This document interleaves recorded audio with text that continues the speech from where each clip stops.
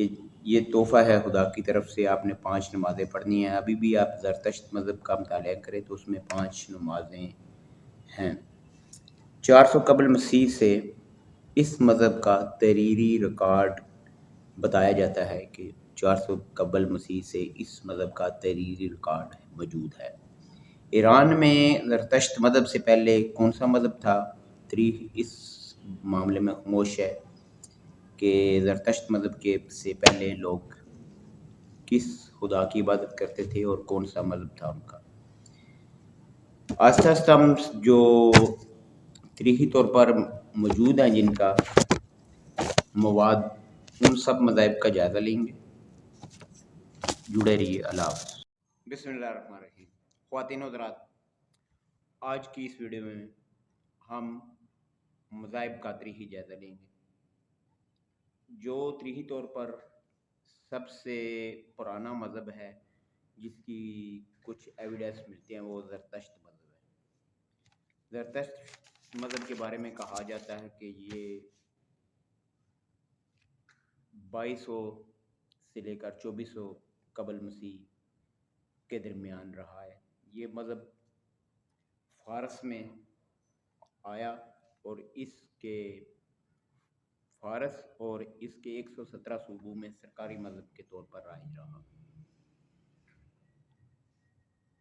فارس سے نکل کر اس نے دوسرے مذاہب کو آس پاس گردنواح میں بہت متاثر کیا اور بہت یہ مذہب پھیلا اور کافی عرصے تک یہ سرکاری مذہب رہا۔ اس کی مقدس کتابیں بھی ہیں، جس میں اوسطا اور دساتیر شامل ہیں۔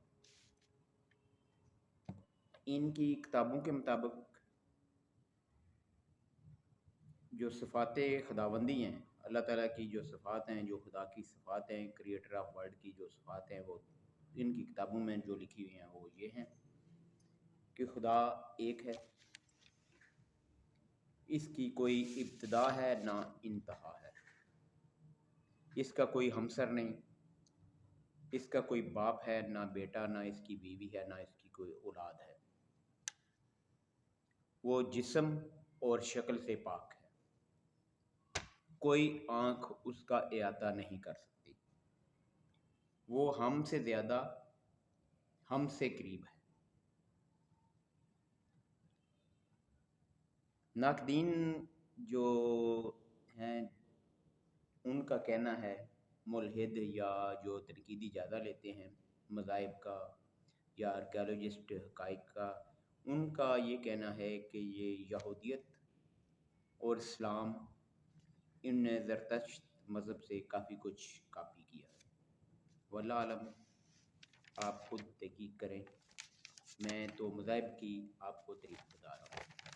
کافی مذاہب آئے اور مٹ گئے، چھوٹے چھوٹے تھے، کچھ نہیں چلے، کچھ کافی عرصہ تک چلے، کچھ ابھی تک ان پر عمل ہو رہا ہے۔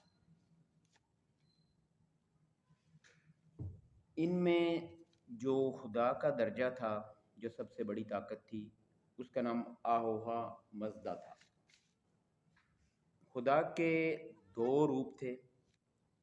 طاقت والا خدا جو اس کو یزداں کہا جاتا تھا، جبکہ دوسرا اسی خدا کا شیطانی روپ تھا جسے اہرمن کہا جاتا تھا۔ ان کے نزدیک تمام طاقتوں کا منبع آہوہا مزدا ہی ہے۔ زرتشت کے مطابق ہر شخص کو مرنے کے بعد ایک پل، جس کو چنوت پل یا چناتو پل یا اس طرح کا کوئی لفظ تھا، اس کو پل کا نام دیا گیا ہے کہ مرنے کے بعد ہر شخص کو اس پل پر سے گزرنا پڑے گا، اور جو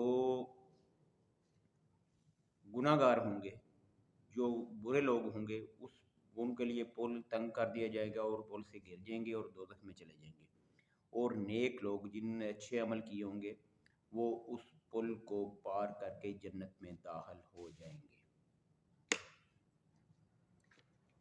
شروع میں ان میں آگ پرستی نہیں تھی۔ آہوہا مزدا کی یاد میں یا اس کی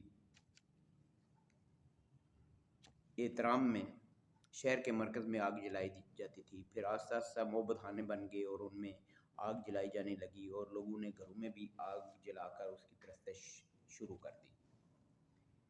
ان کی کتابوں کے مطابق ان کے نبی جس کا نام اردہ تھا، اس کو معراج، آسمانوں کی معراج ہوئی۔ زیادہ تر ان کی کتابوں میں یہ لکھا ہے کہ یہ معراج جسمانی نہیں، روحانی طور پر ہوئی تھی۔ اس معراج کے دوران ان کے نبی کو جنت اور دوزخ دکھائی گئی اور جنت پل کا نظارہ بھی کروایا گیا اور دکھایا گیا، اور واپسی پر ان کو 5 نمازوں کے تحفے دیے گئے کہ یہ تحفہ ہے خدا کی طرف سے، آپ نے 5 نمازیں پڑھنی ہیں۔ ابھی بھی آپ زرتشت مذہب کا مطالعہ کریں تو اس میں 5 نمازیں ہیں۔ 400 قبل مسیح سے اس مذہب کا تحریری ریکارڈ بتایا جاتا ہے کہ 400 قبل مسیح سے اس مذہب کا تحریری ریکارڈ موجود ہے۔ ایران میں زرتشت مذہب سے پہلے کون سا مذہب تھا؟ تاریخ اس معاملے میں خاموش ہے کہ زرتشت مذہب کے سے پہلے لوگ کس خدا کی عبادت کرتے تھے اور کون سا مذہب تھا ان کا۔ آہستہ آہستہ ہم جو تاریخی طور پر موجود ہیں جن کا مواد، ان سب مذاہب کا جائزہ لیں گے۔ جڑے رہیے، اللہ حافظ۔